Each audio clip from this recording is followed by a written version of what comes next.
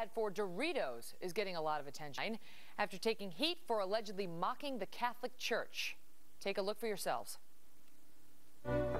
Pastor, we're losing our flock. We must find a way to get them back to church. I know. Please give me a sign.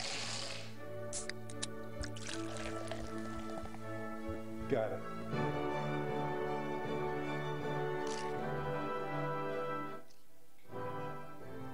So is it all in good fun, or did they actually cross the line here?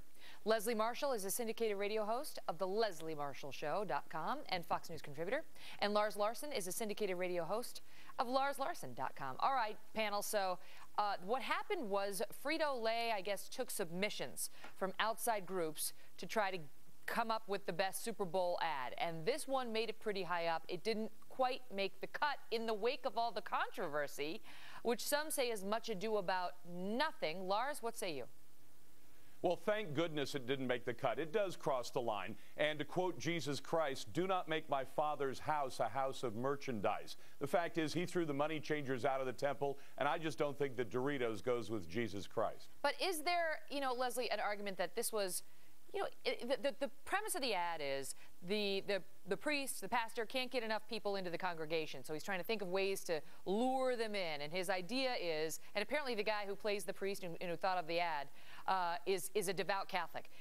So he hands out Doritos instead of the communion, the Holy Communion, and he hands out Pepsi instead of the blood of Christ, the wine, when you go up for communion. Right. And that's the premise, try to lure them in. Is it really mocking Catholicism, Leslie?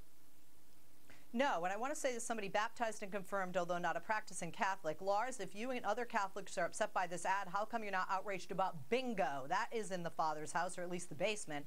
This is humor, and although I'm not his spokesperson, I believe God has a sense of humor. He deals and puts up with all of us on a daily basis. So I have to say, I thought it was creative, I thought it was funny, and you know what? Nowadays, I don't think there's anything out there that doesn't offend anyone, and that's a shame. But the argument is, we've had Bill Donahue on this program many times, who's president of the Catholic League here in New York, and what he argues in response to situations like this, Lars, is that you can do it to Catholics, you can do it to Christians, but you can't do it to Muslims. If you did an ad like this mocking the Muslim faith, mocking Islam, there would be an outcry that would be deafening.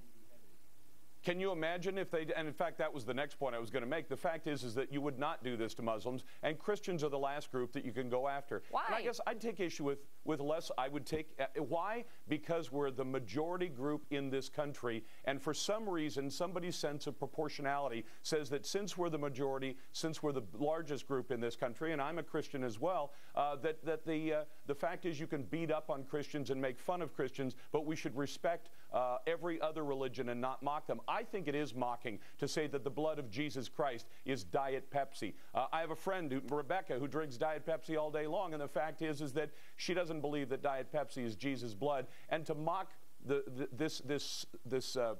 communion service by saying we're going to turn the body of Jesus Christ, the flesh of Jesus Christ, into Doritos. I think it's offensive, and I don't think it should be done. God obviously has a sense of humor. He gave us the Democrat Party, but let's keep the sense of humor where it belongs. You knew that was coming, Leslie. Megyn, I wasn't going to go. I wasn't going to do it. Right, but this guy behind us. So I mentioned that the guy who submitted the ad, who plays the priest. Maybe we could show that so the viewers could see him. He came out and said, and he's trying to get out of this on a technicality, Leslie, because he says the pastor in the ad did not actually consecrate the Doritos and the Pepsi. Therefore, it is not, nor is it purporting to be, the Eucharist. And so if you are assuming that communion is being served, that is just that, an assumption that is not well-founded. Does any of that matter? No, come on. That's a nuance that only a lawyer would appreciate, and apologies to you, Megyn. Speaking of senses of humor that the good Lord must have, I don't know, Leslie, is there any validity to the thought?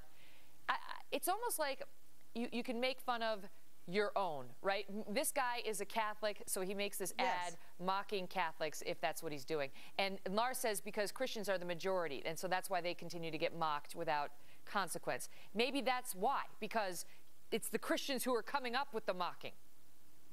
Well, I don't want to get into a religious discussion, Lars, but there are many Protestants that would say they don't believe in the little wafer as being the body of Jesus. And Protestants, not Catholics, are the majority of the religious population in the United States. Well, do they believe Doritos could be a good substitute? So, well, can I tell you, Megan, again, I know I'm going to get tons of hate mail, but purgatory, look it up, was invented to get more people back into the Catholic Church because there were people that felt they weren't good enough for heaven and they were fearful of hell, and the baskets weren't being filled with money, gold, food, whatever, and the Catholic Church said, we've got to do something. Hello, purgatory. Maybe Doritos isn't such a bad marketing idea coming down the road. No, but this isn't about making religion more approachable for those who believe. It's about selling a product, Doritos. And I find it offensive to think of somebody suggesting that the body of Jesus Christ is in fact Cool Ranch Doritos. It's ridiculous and it's offensive and it's sacrilegious. Well, it's not going to go any further from the sound of it. It sounds like it didn't make the cut in the wake of the controversy. And apropos of really nothing, just a little fun fact for you: I used to date the guy whose grandfather invented the communion wafer maker machine. How about that? And also apparently invented Stonehenge wheat thins or wheat crackers. Anyway, there you go. Like I say, it has nothing to do with anything. Lars, Leslie, thank you.